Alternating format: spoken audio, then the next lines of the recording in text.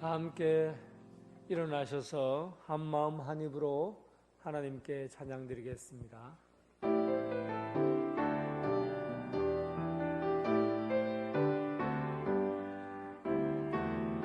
마음 할렐루야, 한 입으로 할렐루야, 한 마음 한 입으로 하나님께 영광을. 내가 여호와 이름을 전파하리니 너희는 우리 하나님께 위엄을 돌릴지어다. 그는 반석이시니 그가 하는 일이 완전하고 그의 모든 길이 정의롭고 진실하고 거짓이 없으신 하나님이시니 공의로우시고 바르시도다. 이스라엘아, 지금부터 영원까지 여호와를 바랄지어다. 아멘.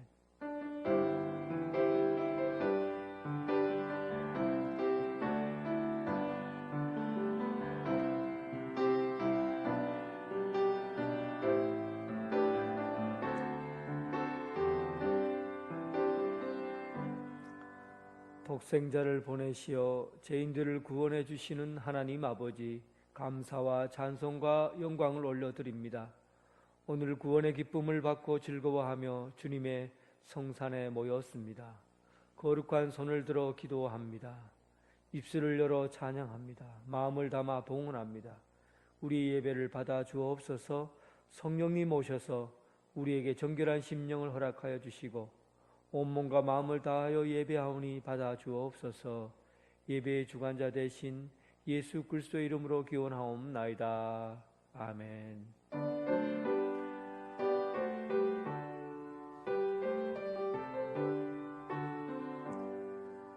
지난 일의 동안에 예수 인도했으니 주의 전에 모여서 감사 찬송합니다. 가장 복된 이날은 하늘 안식교로다. 가장 복된 이날은 하늘 안식교로다. 주의 공도 힘입어 은혜 주심 길 때에 화목하게 하시고 죄를 벗겨주소서. 세상 걱정 버리고 은혜 받게 하소서. 세상 걱정 버리고 은혜 받게 하소서. 하나님의 이름을 찬송하러 왔으니 모임 중에 계시고 영광 나타내소서. 기쁜 하늘 잔치에 참여하게 하소서. 기쁜 하늘 잔치에 참여하게 하소서. 주의 기쁜 복음을 모두 듣게 하시고 주의 은혜 베풀어 위로하여 주소서. 주님 오실 때까지 나를 지키리로다. 주님 오실 때까지 나를 지키리로다.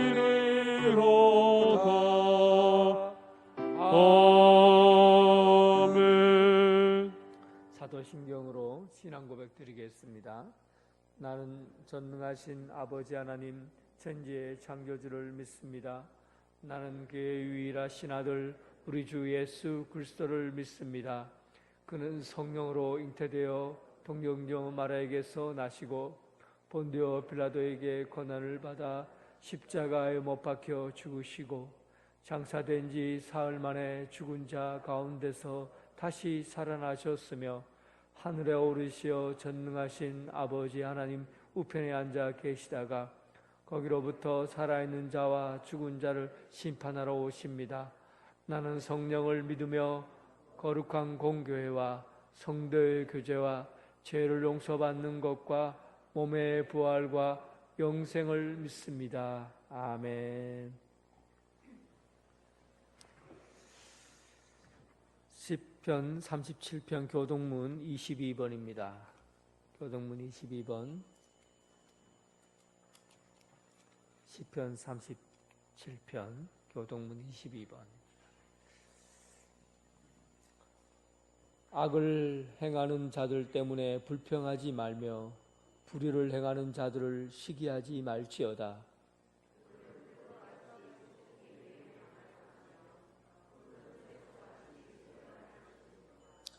여호와를 의뢰하고 선을 행하라. 땅에 머무는 동안 그의 성실을 먹을거리로 삼을지어다.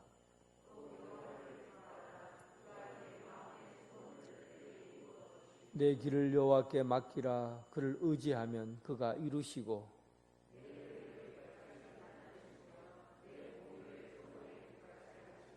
여호와 앞에 잠잠하고 참고 기다리라.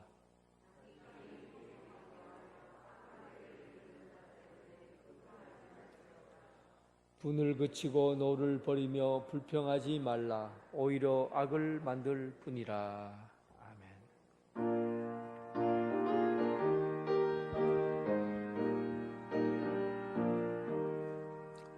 참 즐거운 노래를 늘 높이 불러서 이 세상 사는 동안 주 찬양하겠네. 복 주실 산에 올라 멀리 바라보니 나 건너갈 요단강 뚜렷이 보이네.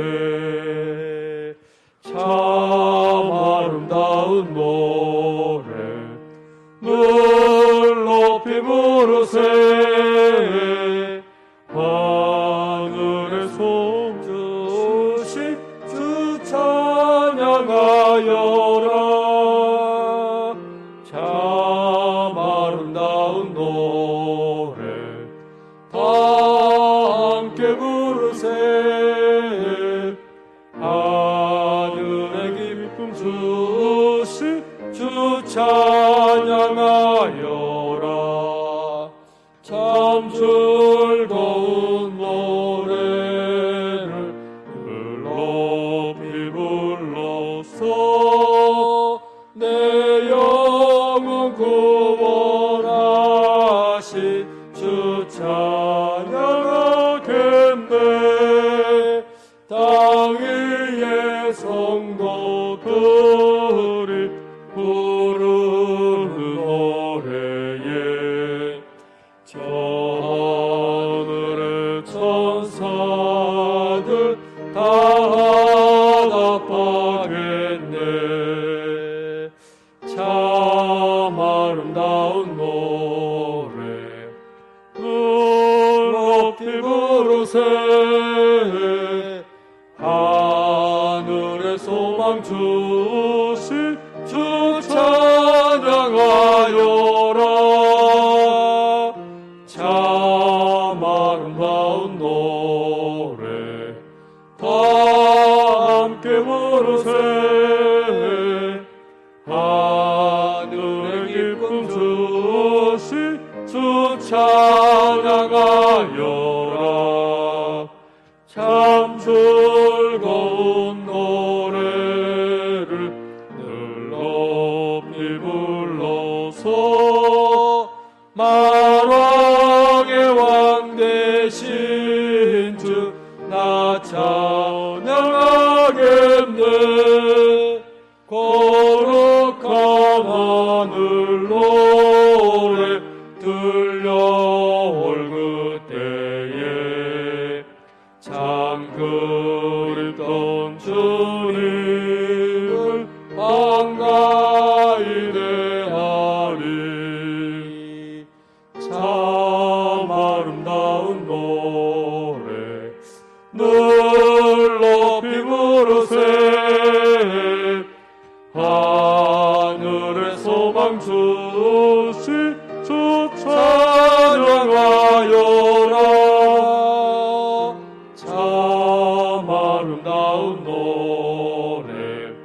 다 함께 부르세 하늘의 기쁨 주신 주 찬양하여라. 오상민 장로님 기도하겠습니다.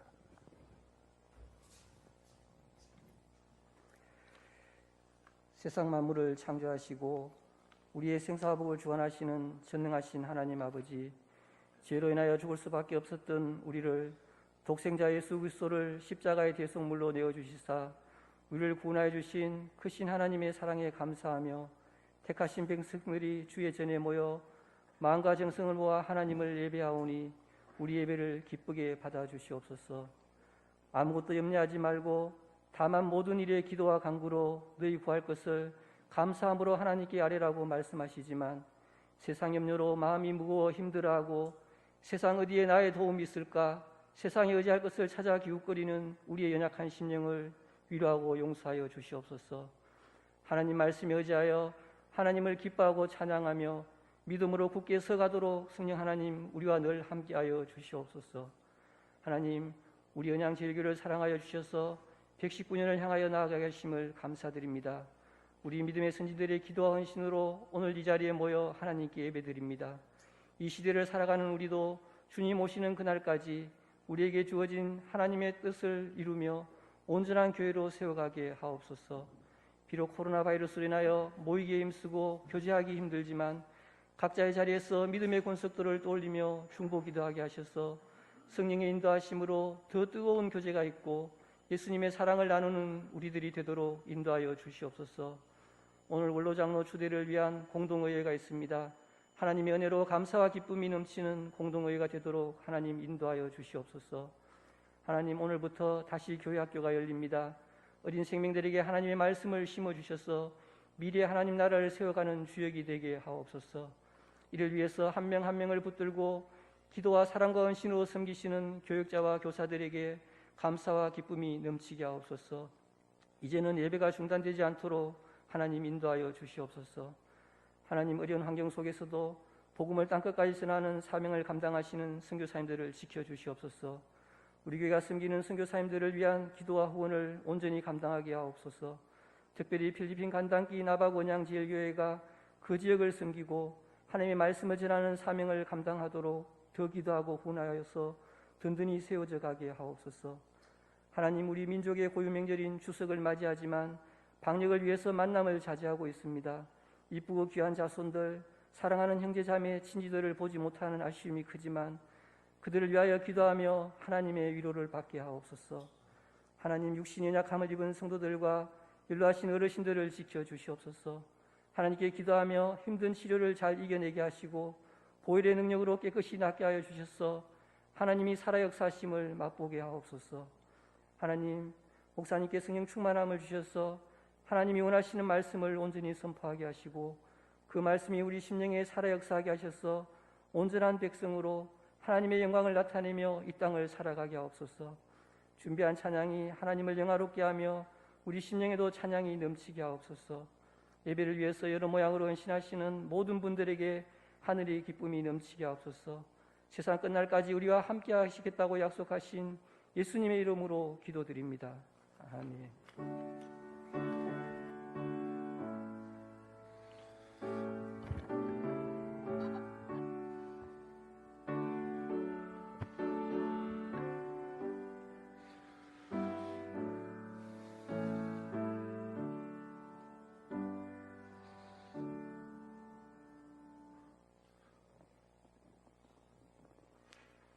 참 잘 오셨습니다. 주님의 사랑으로 환영합니다. 오늘은 오선절 후 17번째 주일입니다. 예배는 1부 오전 9시와 2부 오전 11시, 예배시 차량은 정상적으로 운영합니다. 교회학교는 오늘부터 정상적으로 예배를 드립니다. 가정에서 예배 들으시는 분은 11시 30분 유튜브를 통해 방송됩니다. 추석 명절 감사 예배 자료가 1층 로비에 있습니다. 가져가셔서 예배에 참고하시기 바랍니다.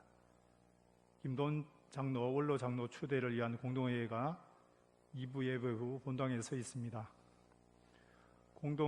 의회 회원은 지교회 무흠 세교인 중에 18세 이상인 자입니다. 공동의회 후에 목양실에서 당회로 모이겠습니다. 온라인 예배 시 헌금은 계좌번호로 입금해 주시기를 바랍니다. 성경 청동 릴레이가 965독재 진행 중입니다. 광고 이상입니다. 찬송 부르면서 봉헌하겠습니다.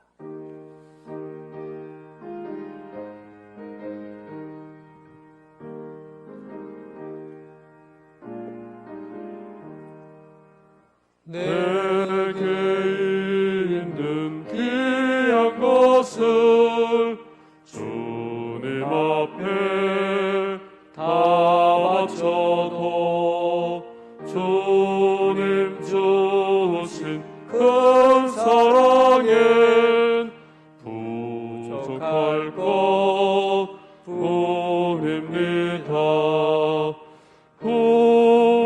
후원하신 나의 주님 크신 은혜 생각하며 주께 힘써 바치겠네. 아까울 것 무엇이랴. 아멘. 어제나 오늘이나 변함없는 사랑으로 돌보시는 하나님, 우리를 영원하신 하나님 은혜 가운데 불러주시고 하나님의 자녀 삼아 주시니 감사합니다. 땅의 일보다 하나님 나라의 일을 더 가치 있게 여기게 하옵시고 하나님 나라 복된 시민으로 살아가게 하여 주심을 더욱 감사합니다. 오늘 이 시간 소망을 마음에 품고 예물을 준비했습니다.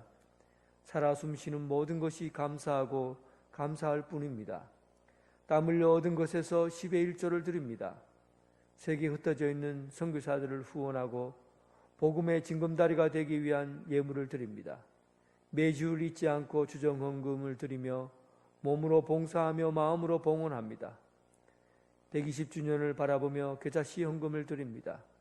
우리가 드려지는 모든 것이 하늘나라 그 기쁨의 향기로 올려지게 하여 주옵소서. 작은 일에 사탄의 틈을 보이지 않게 깨어 기도하게 하시며 날마다 하나님의 사람으로 복된 인생 살아가게 하여 주옵소서. 예수 그리스도의 이름으로 기도드립니다. 아멘. 하나님께서 주신 말씀은 시편 1편 1절부터 6절까지 말씀입니다.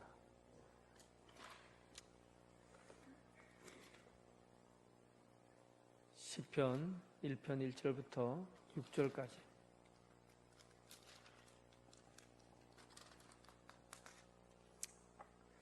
하나님의 말씀을 봉독해 올리겠습니다. 복 있는 사람은 악인들의 꾀를 따르지 아니하며 죄인들의 길에 서지 아니하며 오만한 자들의 자리에 앉지 아니하고 오직 여호와의 율법을 즐거워하여 그의 율법을 주야로 묵상하는도다. 그는 시냇가에 심은 나무가 철을 따라 열매를 맺으며 그 잎사귀가 마르지 아니함 같으니 그가 하는 모든 일이 다 형통하리로다. 악인들은 그렇지 아니하며 오직 바람에 나는 겨와 같도다. 그러므로 악인들은 심판을 견디지 못하며 죄인들이 의인들의 모임에 들지 못하리로다. 무릇 의인들의 길은 여호와께서 인정하시나 악인들의 길은 망하리로다.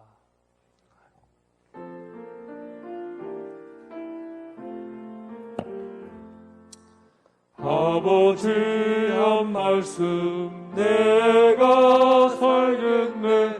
내가 살겠네. 아멘 아멘 아멘 아멘 아멘.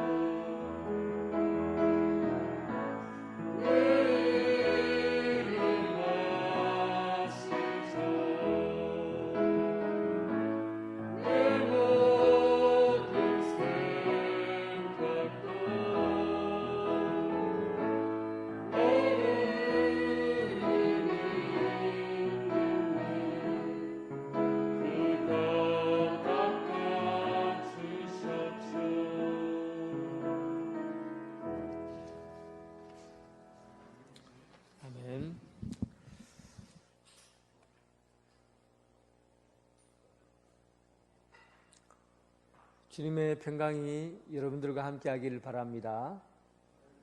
네.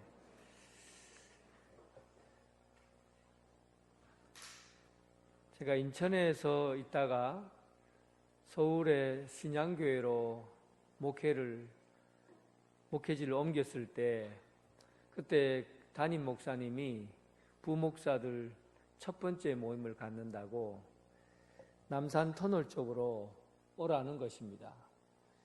그때 서울길에 익숙해 있지 않았고 또 내비게이션도 없었고, 그래서 무작정 지도를 한번 펼쳐놓고 대충 길을 익힌 다음에 그리고는 길을 떠났지요. 큰 대교를 건넜는데 건너고 나서 살펴보니까 내가 건넌 다리가 잘못된 다리였어요. 이 다리가 아니다 하고는 다시 돌아와서 또 다리를 건넜는데 또 이 다리가 아니에요.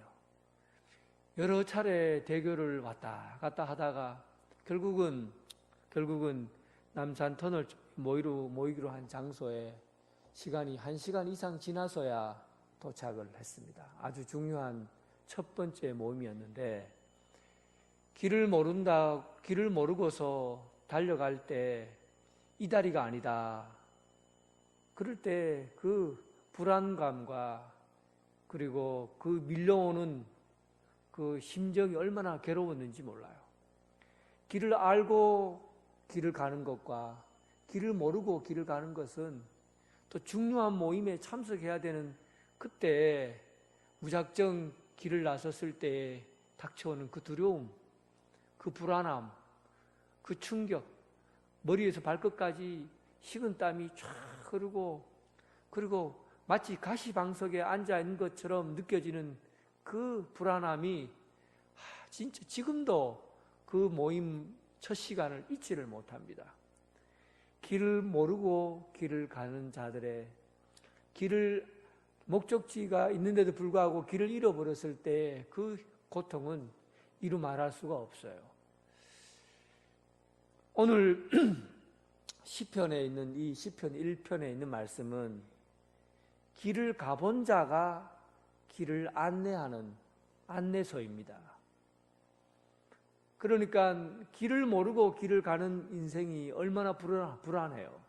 그런데 시편 1편에 있는 이 말씀은 길을 가본 자가, 길을 아는 자가, 그리고 이렇게 길을 가야 된다 하고 그 길을 안내하는 그런 안내서입니다. 얼마나 여러분 편안하겠어요? 불안하지 않겠어요?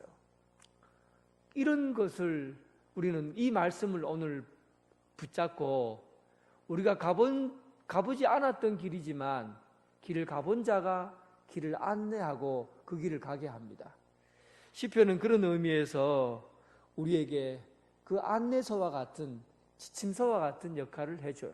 특히 시편 1편의 시작을 이렇게 합니다. 복 있는 사람이라고 시작해요. 다른 말로 바꾸면 행복한 사람은, 어떻게 우리가 행복한 삶의 길을 갈 수 있을 건가? 어떻게 우리가 행복한 삶을 살 수 있을 건가? 이 행복한 인생을 살 수 있도록 그 안내서, 지침서 역할을 해주는 것이 바로 시편 1편에 있는 말씀이에요. 여러분, 행복하게 살고 싶지 않습니까? 행복한 길을 가고 싶지 않아요? 누구나 여러분 불행한 삶을 살고 싶은 사람은 아무도 없습니다. 그러면 그 행복한 삶을 살아온 삶의 길을 한번 여러분 가보시기 바랍니다. 오늘 시편 1편 1절과 2절 말씀에 그 답이 나와 있습니다. 행복한 사람은 악인들의 꾀를 따르지 아니하며 죄인들의 길에 서지 아니하며 오만한 자들의 자리에 앉지 아니한다. 행복한 사람이 사는 그 세 가지 방법이에요. 행복하지 않는 사람의 길을 먼저 우리가 보는 겁니다. 악인들, 죄인들, 오만한 자, 이것은 이런 자들은 행복한 삶을 살지 못합니다. 먼저 악인들의 악인들은 어떤 사람이냐 하면 표준이 없는 사람, 표준이 없는 사람을 바로 악인들이라고 그래요. 삶에 표준이 없어요. 표준이라는 것은 척도를 의미합니다. 벽돌을 가지고 벽을 담장을 쌓았는데, 담장을 이렇게 쌓았는데 척도, 이렇게 자를 그러니까 긴 자를 대고는, 그리고는 높낮이를 재고 앞으로 나오고 들어간 것을 딱 재고 난 다음에, 그리고 벽돌 한 장 한 장 올립니다. 정확하게 치수를 재고 정확한 길이와 높이를 맞추어서 벽돌을 쌓지 않으면 맞는 것 같은데 금세 삐뚤삐뚤삐뚤해지고, 그리고 그렇게 정확하게 자로 재어서 벽돌을 쌓지 않는 이런 담장은 큰 바람이 불면은 넘어져 버려요. 그래서 정확하게 척도를 가지고 제약 표준을 맞추어서 벽돌을 쌓아야만이 그 벽이 온전히 설 수가 있어요. 그러니까 악인들은 표준을 잃어버린 사람이에요. 기준이 없어요. 무엇을 가지고 이 세상을 사는가, 어떤 표준을 가지고 사는가, 거기에 기준이 없는 거예요. 그러니까 인생을 살아도 그 인생이 헛된 거예요. 바람에 나는 겨와 같은 거예요. 특히 여러분, 표준이 없는 사람들은 진리라는 척도를 가지고 사는 사람이 아니라 정보를 가지고 사는 사람이에요. 정보. 우리는 매일매일 수많은 정보를 눈앞에 두고 삽니다. 그런데 정보는 한번 보고 나서 그 다음 날이 되면, 시간이 지나면 아무 쓸데 없어져요. 그래서 오늘은 대단한 것 같고, 오늘은 굉장한 소식 같은데 내일이 되면 그 정보는 쓰레기통에 다 버려집니다.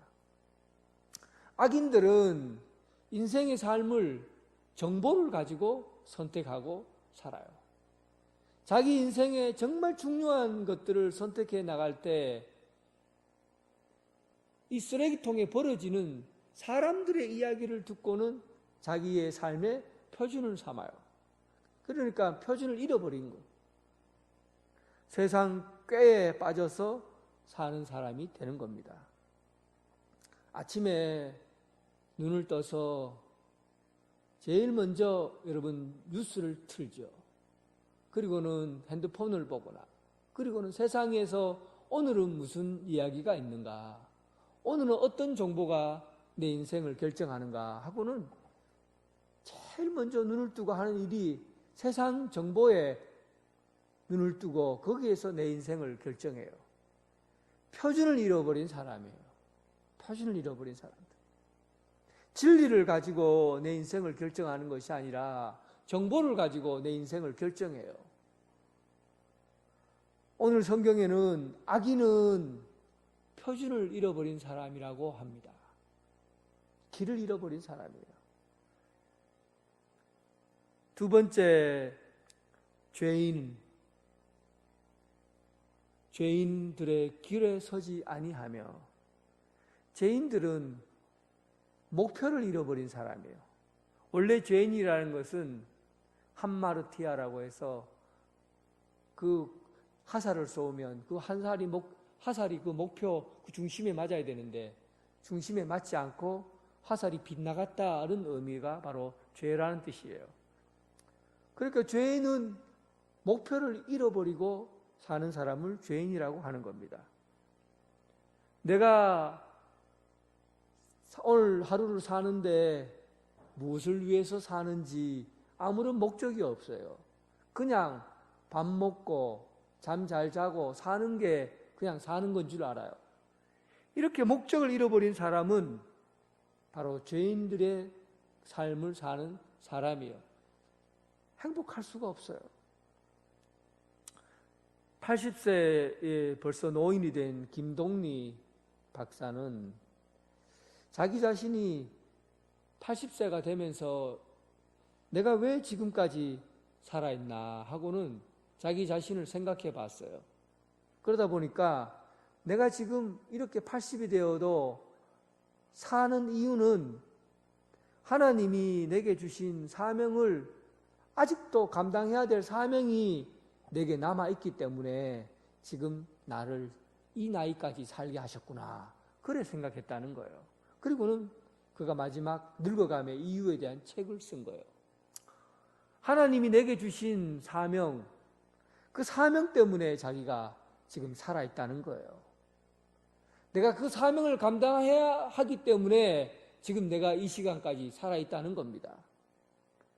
그러니까 세월의 모든 것은 사명을 감당하기 위해서 있는 거예요.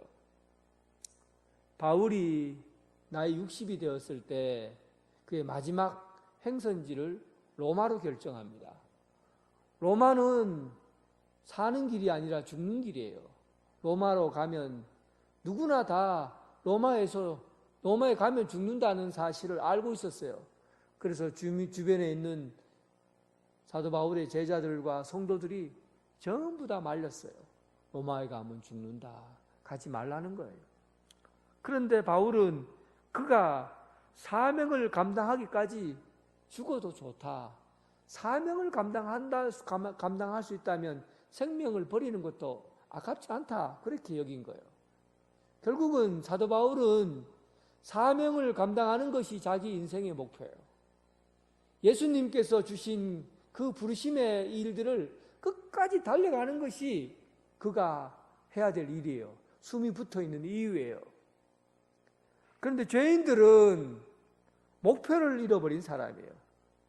내가 지금 사는 것이 예수님이 내게 맡긴 사명을 감당하기 위해서 일을 이루어 사는 것이 아니라 그냥 목표를 잃어버리고 잘 먹고 잘 사는 것에 비중을 두고 사는 것이죠. 이런 사람을 죄인이라고 그래요. 죄인의 길에 서는 사람이라고 그래요. 행복할 수가 없어요. 행복할 수가 없어요. 아무리 지금 이 순간에는 잘 먹고 잘 사는 것 같은데, 지금 이 순간에는 잘 되는 것 같은데, 그런데 결국은 바람에 나는 겨와 같이 허무해지고 내가 왜 살았나, 지금까지 내가 뭘 했나, 이렇게 하다가 끝나는 거예요. 그리고 또 행복하지 않는 부류는 오만한 자예요. 오만한 자의 자리에 앉지 아니하며, 오만한 자는 자기 중심적인 사람을 오만한 자라고 합니다. 모든 것이 자기가 주도해야 돼요. 내가 계획해야 돼요. 내 마음대로 내가 좌지우지할 수 있어야 돼요. 내 중심적으로 모든 것을 결정해야 됩니다. 그렇기 때문에 내 자리를 누군가에게 빼앗긴다는 것은 있을 수 없는 일이에요. 그래서 다른 사람보다가 내가 된 줄로 생각하는 거예요. 다른 사람보다도 내가 높은 줄로 아는 거예요. 그래서 사람을 비교하고 판단하고 비난하고 이런 자리에 있는 사람, 이걸 오만한 자라고 그래요. 그런데 본인은 그런 자리에 있어야 자기가 행복하다고 느끼는 거거든요. 내가 남들을 지배해야 되고, 내가 다른 사람들을 통제해야 되고, 내가 내 모든 생각과 계획들을 내 마음대로 움직여줘야, 그래야만이 행복하다고 느끼는 거예요. 그런데 여러분, 그 길이 오만한 자의 길입니다. 예수님께서 십자가에 달려 죽으시기 전에 제일 마지막으로 제자들에게 하신 행동이 뭔지 압니까? 사막 같은 그 먼지 날리는 길을 하루 종일 걷다가 다리가 퉁퉁 붓고 발이 퉁퉁 불었어요. 그리고는 샌들만 하나 신고 걸었기 때문에 먼지가 발가락 사이에 끼어 있고 온 발이 그냥 먼지 투성이에요. 그래서 이제 쉴만한 집에 들어오면 종이 나와서 세수대야를 가다가 받아놓고 거기에다가 물을 가지고 발을 씻어줘요. 피곤한 발을 만져주고 씻어줘요. 그 집 종이 그런 일을 하는 겁니다. 그런데 제자들 다 들어와서 서로 눈치만 보고 있는 거예요. 누가 물 떠오나, 누가 내 발 씻어주나? 발 씻어주는 사람은 나 자기보다 더 낮은 사람이니까 이 중에 누가 내 발을 씻어주겠나? 근데 예수님께서 수건을 탁 두르시고는, 허리에 수건을 두르시고는 제자들의 발을 씻어주는 거예요. 그때 제자들이 충격을 받은 것이죠. 머리가 팍 깨지는 듯한 그런 충격을 받은 겁니다. 어찌 주님이 내 발을 씻어주는가? 이것이 여러분 행복한 길이에요. 높은 자리에 앉은 사람이 낮은 곳으로 내려가서 낮은 자의 위치에서 상대방의 발을 씻어주는 이 삶, 이런 겸손한 삶, 낮아지는 삶이 행복한 길이고 참된 길이라는 것을 주님이 가르쳐 주신 것이죠. 자리를 바꾸는 훈련을 주님께서 마지막 제자들에게 하셨어요. 오만한 자리에 앉은 사람, 우리는 오만한 자리에 앉기를 원해요. 누군가 내 발을 씻어주기를 원하고 또 누군가에게 지시하고 가리키고 그리고 사람들을 통제하고 싶은 욕망이 우리에게는 있어요. 이런 자리에 있는 사람은 결코 행복하지 않습니다. 오늘 시편 1편에서 세 가지 영역에 사는 사람은 불행하다는 겁니다. 표준을 잃어버리고 살아가는 의인, 사명을 잃어버리고 살아가는 죄인, 그리고 자기가 최고의 자리에 있어야 한다 생각하는 오만한 자리에 앉은 사람. 이런 사람들이 사는 길은 결코 행복한 길이 아니라 끝내 후회만 남고 끝내 껍질만 남는 그런 인생을 살게 됩니다. 그러면 행복한 사람은 어떤 사람입니까? 어떤 길을 가야 행복한 길을 가게 됩니까? 제가 여러분들에게 행복의 문을 열 수 있도록 열쇠 하나를 드리고자 합니다. 오늘 열쇠 하나 다 받아가시기 바랍니다. 행복의 문을 여는 열쇠, 어떻게 하면 행복의 문을 열어갈 수 있을까?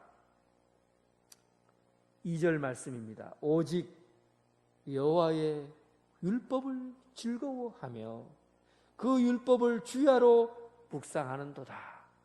하나님의 말씀을 즐거워하고 하나님의 말씀을 밤낮으로 묵상하는 사람, 이 사람은 행복한 그 길을 갈 수 있는 열쇠를 가진 사람입니다. 여러분, 오늘부터 이 행복의 열쇠를 가지고 문을 여시기 바랍니다. 하나님의 말씀을 즐거워하고 그 말씀을 밤낮으로 묵상하는 사람. 여기서 우리가 잘 이해하는 것 같은데 이해 잘 못하는 단어가 바로 묵상이라는 단어예요. 묵상이라는 단어는 히브리어로 하가라는 단어를 쓰고 있는데, 이 하가는 그냥 조용히 방 안에 앉아서 성경책 펴고 말씀을 읽는 것, 반복해서 읽는 것을 묵상이라고 하지 않습니다.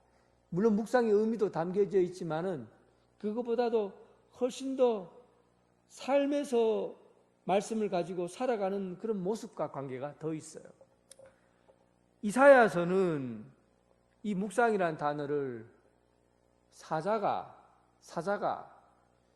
그 사슴 같은 거를 잡아서 다 뜯어먹고는 배가 불러요. 그리고는 사자의 뼈다귀 하나를 입에 물고는 즐기는 것이죠. 내가 사슴 한 마리를 잡았다. 그리고는 이 사슴의 뼈를 입에 물고는 거르렁 거려요. 즐거워요. 내가 이 배가 부르다. 그리고는 뼈를 씹고 또 씹어요. 이게 인생이 이게 사는 것이야. 즐거워 하고는 뼈를 씹으면서 거르렁 거리는 소리를 하가라고 그래요. 하가. 그러니까 하나님의 말씀을 먹고 그 먹은 말씀을 배에 집어넣고 그리고 그 말씀대로 살아가면서 오는 그 즐거움, 하나님의 말씀이 내 삶 가운데 이루어지는 것을 보고 거기에서 찾아오는 그 즐거움, 이것을 묵상이라고 합니다. 그러니까 말씀을 읽는 것만이 아니라 말씀을 먹고 배에 집어넣고 그리고 그 말씀을 따라서 즐거움으로 그 말씀이 주는 의미와 기쁨과 감사와 또 말씀으로 살아가면서 주어지는 그런 것들을 여러분 하가, 묵상이라고 그럽니다.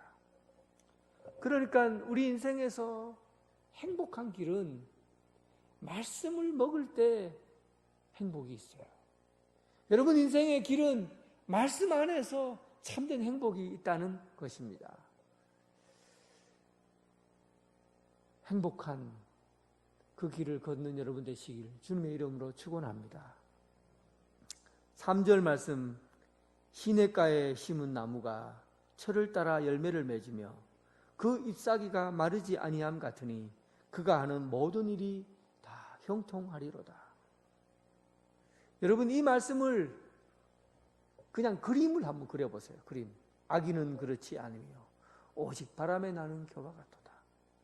그림을 한번 그려보세요. 오늘 이 말씀은 역사적으로 조금 배경을 이해할 필요가 있습니다. 오늘 시편 10편에 있는 이 말씀 전체가 바벨론 포로 시간을 지나고 난 다음에 쓴 글이에요. 그러니까 바벨론이라는 그 도시는, 큰 도시는 그때 당시에 바벨론이라는 그 도시가 이 물이 없는 사막 가운데 이 도시를 지었어요. 그런데 저 위에 있는 그 메소포타미아 지역에 있는 이 두 줄기의 유프라테스 강, 그 강줄기에 강물을 당겨서 수로를 만들고 그 수로를 통해서 그 도시 안에 물을 공급해서 도시가 형성되었어요. 바벨론이라는 도시가 대단한 도시예요. 그런데 그 중에서 바벨론 왕궁, 지금도 그 바벨론 왕궁이 지어진 성터를 가보면 엄청난 결과들을 볼 수 있는데 거기에 그 수로를 향해서 그리고 그 수로 주변에 나무를 심고 정원을 가꾸었어요. 엄청난 정원을 가꾸었어요. 정원사가 있는 거죠. 수로 옆에다가 나무를 심고 시냇가 옆에다 나무를 심고 그 나무가 잘 자랄 수 있도록 가꾸어서 열매를 맺도록 그렇게 풍성한 열매를 맺도록 그 나무를 자라게 한 겁니다. 그렇게 시냇가에 심겨진 나무라는 것은 수로를 통해서 흘러내려오는 그 물가에다가 나무를 가꾸는 사람이 거기에다가 나무를 심어 놓고 그리고 나무를 일일이 손을 봐서 가꾸어서 열매를 보고 그리고 자라게 하는 것이. 하나님의 말씀을 먹는 사람은 시냇가에 심겨진 나무와 같다. 그러니까 하나님의 말씀을 먹는 사람, 시냇가에 심겨진 나무처럼 하나님이 일일이 돌보셔서 열매를 맺게 한다는 그런 뜻입니다. 그러니까 하나님의 말씀을 먹는 사람은 하나님과 교제하고 돌보심을 받게 된다는 뜻이에요. 우리가 어떻게 하나님을 만납니까? 우리가 어떻게 하나님과 교제합니까? 하나님의 말씀을 먹어야 하나님이 우리를 돌보시고 말씀을 통해 자라게 하시고 열매를 맺게 하신다는 거예요. 그러니 우리 인생의 행복은 하나님과 함께 동행함으로 행복을 경험합니다. 하나님이 나와 함께 계셔서 내 삶을 돌보시고 가꾸시고 내 삶을 열매 맺게 하심으로 그리고 우리는 거기에 즐거움이 있는 거예요. 하나님의 말씀을 먹는 사람은 하나님과 교제하는 것이요 하나님의 돌보심을 받는 사람입니다. 그래서 우리가 참된 행복을 얻게 되는 것이. 오늘부터 여러분 시냇가에 심겨진 나무가 되시길 바랍니다. 시냇가에 심겨진 나무는 매일매일 말씀을 먹음으로 사는 사람이에요. 매일매일 말씀을 먹고 말씀으로 잠이 드는 사람, 그런 사람들은 시냇가에 심기운 사람이고 하나님이 돌보는 하나님이 가꾸는 그런 나무로 자라게 됩니다. 저는 오늘부터 여러분들에게 시냇가에 심기운 나무로 자라는 이 훈련을 같이 하고자 여러분들에게 제안을 합니다. 오늘부터 시편 1편부터 시편 50편까지 시편 말씀을 매일매일 읽으시고 그리고 읽고 난 다음에 묵상하고 묵상한 내용을 노트에 기록하는 그런 훈련을 여러분 저와 함께 한번 해보시기 바랍니다. 이 훈련을 50일 동안 시작하면 오늘부터 50일 동안 이 말씀 읽기 그리고 말씀 훈련을 통해서 노트에 적는 묵상한 내용을 기록하는 그런 것을 훈련하는 사람은 얼마나 하나님이 우리를 행복하게 하실까, 얼마나 우리 삶을 형통하게 하실까 기대를 품고 시작해 보시기 바랍니다. 제가 거기에 제목을 이렇게 잡았어요. 노트에 제목을 여러분들이 그렇게 쓰세요. 노트를 하나 사시고 그리고 제목을 시냇가에 심기운 나무 이렇게 쓰세요. 한번 지금 여러분 잊어버리지 말고 적어 놓으세요. 노트 한 권을 사시고 그리고 시냇가에 심기운 나무라고 쓰시고 그리고 시편 1편부터 50편까지 묵상을 하십시오. 매일매일 묵상하시고 그리고 묵상한 내용을 노트에다가 기록해 놓는 겁니다. 그렇게 해서 50페이지를 다 기록해서 시냇가에 심기운 나무라는 그 노트를 여러분들 기록에 남기시고 그리고 나중에 저에게 여러분들 노트를 가져오시면 그 말씀을 가지고 얼마나 행복한 인생을 살았는지 제가 확인하게 될 것입니다. 시냇가에 심기운 나무, 그 묵상하는 그 방법을 가지고 오늘부터 50일 동안 그 묵상훈련에 참여할 수 있기를 바랍니다. 그리고 시냇가에 심긴 나무는 철을 따라 열매를 맺고 잎사귀가 마르지 않는다. 그렇게 되어 있어요. 봄에 나무잎이 얼마나 아름답습니까? 연두색 나무잎 정말 아름다워요. 여름에 나무가 자라면 초록색으로 잎이 바뀝니다. 그 잎이 또한 얼마나 아름다워요. 그리고 가을에 열매를 맺으면 그 열매가 얼마나 아름답습니까? 그러니까 여러분 행복이라는 것이 열매를 맺는 순간만 행복한 것이 아니에요. 열매를 맺는 것만 가지고 행복한 것이 아니라 봄이라면 봄이라서 행복하고 여름은 여름이라서 행복하고 가을에 열매를 맺을 때는 열매를 맺어서 행복하고 겨울에 낙엽이 떨어지면 낙엽이 떨어져서 행복하고 그러니까 말씀을 먹을 때 말씀이 자랄 때 말씀이 열매 맺을 때 모든 순간이 다 행복하다는 겁니다. 그래서 오늘 본문에는 그 시냇가에 심은 나무가 철을 따라 열매를 맺고 잎사귀가 마르지 않는데 그가 하는 모든 일이 다 형통하다 그런 말씀을 합니다. 우리 성도들 중에는 성경을 처음부터 끝까지 필사한 분들이 굉장히 많습니다. 성경 창세기부터 요한계시록까지 노트에다가 기록하고 필사하신 분이 많아요. 이분들에게 한번 물어보세요. 성경을 언제가 가장 행복합니까? 물어보면 성경을 기록하고 완성했을 때 그때가 행복하다라고 말하는 사람보다가 그냥 말씀을 한자 한자 쓰고 기록할 때 그 순간이 제일 행복하다고 하는 거예요. 한 장 한 장 써내려가는 그 순간이 그냥 행복한 거예요.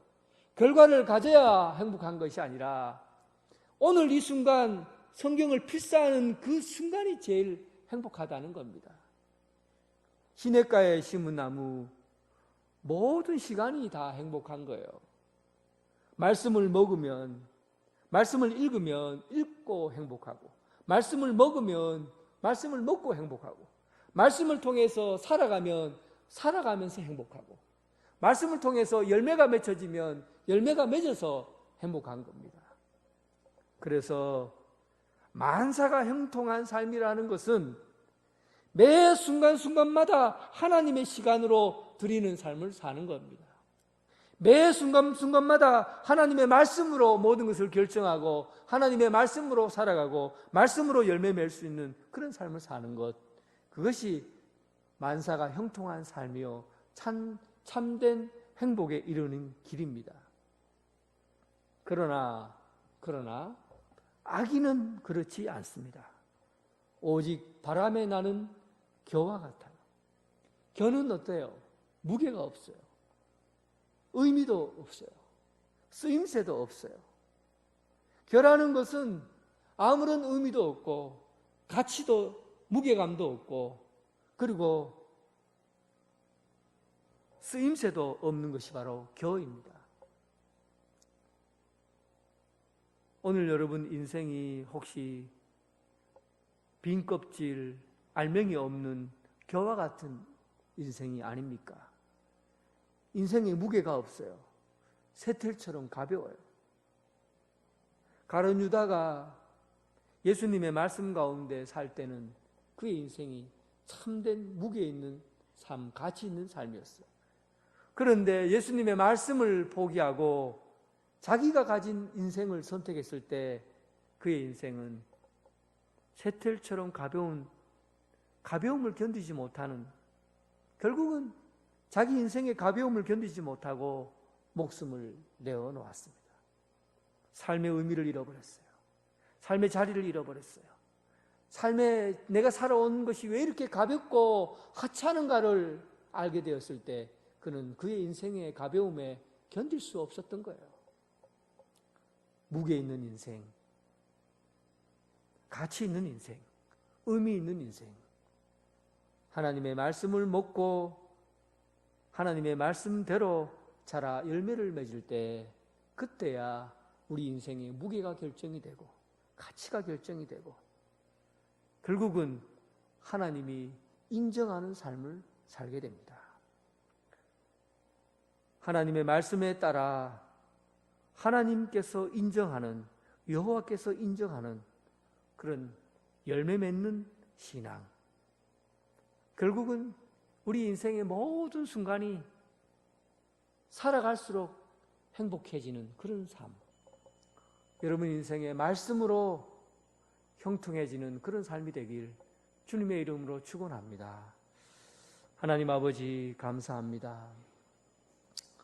우리는 길을 잃어버렸고 또 표준을 잃어버렸고 또 하나님 중심이 아니라 자기 중심대로 이 인생을 살아왔습니다. 헛되고 헛된 인생, 무게없고 가벼운 인생, 이제 이런 인생을 살다가 하나님이 우리를 버리시고 포기하는 삶이 아니라 이제 시냇가에 심기운 나무처럼 매일매일 말씀을 먹고 자라고 열매 맺고 그렇게 해서 형통한 인생 살아가게 하여 주옵소서. 오늘도 하나님의 말씀이 여기에 주어졌습니다. 이 말씀을 먹고 열매를 맺어 하나님이 인정하는 삶 그리고 참된 행복의 길을 걷게 하여 주옵소서. 예수님 이름으로 기도드립니다. 아멘. 다 함께 일어나셔서 주님께 찬양드리겠습니다.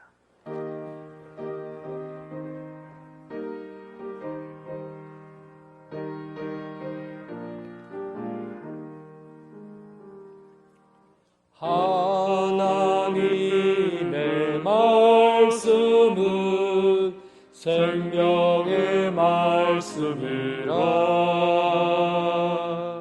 광야 같은 세상에 길고 방황할 때 절망 중에 빠지는 몸 하나님 보아사 생명샘이 솟아나와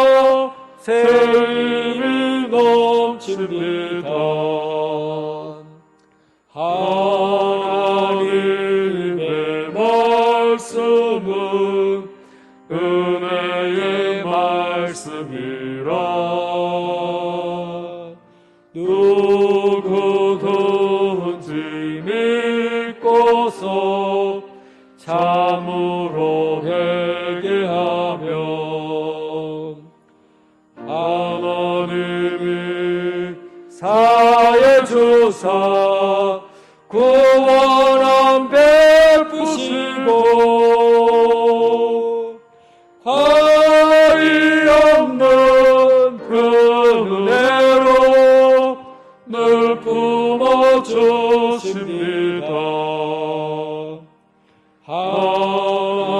하나님의 말씀은 진리의 말씀이라.